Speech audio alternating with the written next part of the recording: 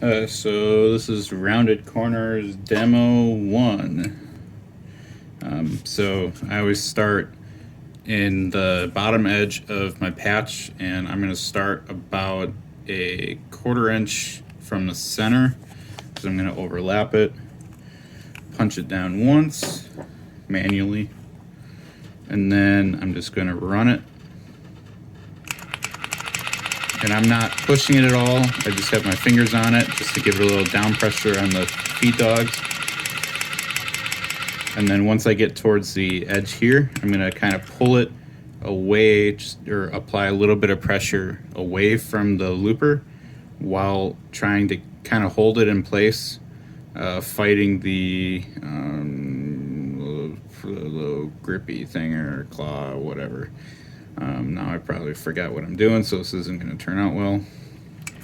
And I just kind of try to keep it rotating and try to keep the needle in the same spot, and then continue on. And I want to make sure that this edge is flush with this guide, and then continue on.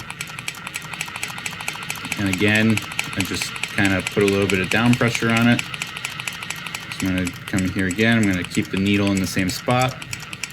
There we go.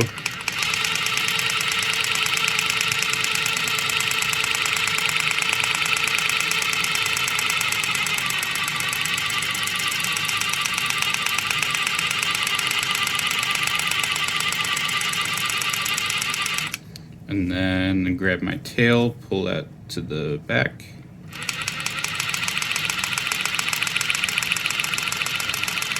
Go down a 1/4 inch and run it off. Leave about an inch. And there we go. That's how to do rounded corners. And then you can always come back here and clip this guy off since he's not necessary. It's a little terrorist. There you go. It's not the greatest embroidery job. I don't have 60 weight in gray, so I gotta make do with what you gotta make do.